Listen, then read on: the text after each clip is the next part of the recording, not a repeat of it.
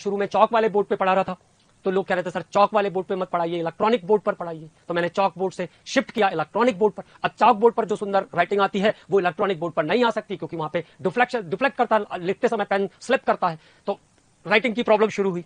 फिर उसके बाद जब मैंने इलेक्ट्रॉनिक बोर्ड पे पढ़ाना शुरू किया तो लोगों ने कहा कि सर पीपीटी बनाइए, पीपीटी के हिसाब से चलिए। तो पीपीटी भी बना दिया मैंने, ठीक है, जैसे तैसे अब पीपीटी भी स्टार्ट हो गई ताकि आपको सभी चीजें क्लियरली समझ में आए। अब जब पीपीटी से पढ़ाना शुरू किया तो कुछ लोगों ने कहा कि सर ऐसा तो बुक में भी लिखा रहता है, अब बताइए क्या किया जाए, अब नई चीज कौन सी शुरू की जाए, इसके बारे में भी तो आप ही लोग बताएंगे ना। तो देखिए पहले चौक बोर्ड था, तो चौक बोर्ड पे बिल्कुल फाइन राइटिंग आती है, ये बात बिल्कुल सही है। उसके बाद लोगों ने कहा कि चौक बोर्ड पे मत पढ़ाइए, इलेक्ट्रॉनिक बोर्ड पर पढ़ाइए, तो इलेक्ट्रॉनिक बोर्ड पे पढ़ाना शुरू किया। फिर बोले कि इलेक्ट्रॉनिक बोर्ड पर चूंकि राइटिंग क्लियर थोड़ा बहुत डिफ्लेक्शन होता है इलेक्ट्रॉनिक बोर्ड पर, हालांकि प्रैक्टिस कर लिया था मैंने, लेकिन फिर भी थोड़ा बहुत डिफ्लेक्शन था वहां पे। तो फिर बच्चों ने कहा कि सर पीपीटी भी यूज करिए जैसे बाकी लोग यूज करते हैं, तो पीपीटी भी बनाना शुरू कर दिया, उस पर भी काम किया डिपार्टमेंट ने, है ना। अब उसके बाद बोलते हैं कि ये तो बुक में भी लिखा रहता है। तो अब देखिए भैया ऐसा है कि अब कौन सा रास्ता है ये भी आप ही लोगों को बताना है कि ये सब चीजें अब आगे क्या कर सकते हैं। तीसरी चीज मैं आपको बताऊं कि बुक्स में सब कुछ लिखा हुआ रहता है, ये बात सही है, लेकिन जब तक गुरु उसका आपको ज्ञान नहीं देता ना, मुझे भी पहले ऐसा लगता था जब मैं बुक्स देखता था कि यार बुक्स तो इतनी सुंदर सुंदर है, इतना अच्छे तरीके से उसमें लिखा हुआ है, फिर समझ में चीजें क्यों नहीं आती, इतने सुंदर कवर पेज लगाते बुक्स पे,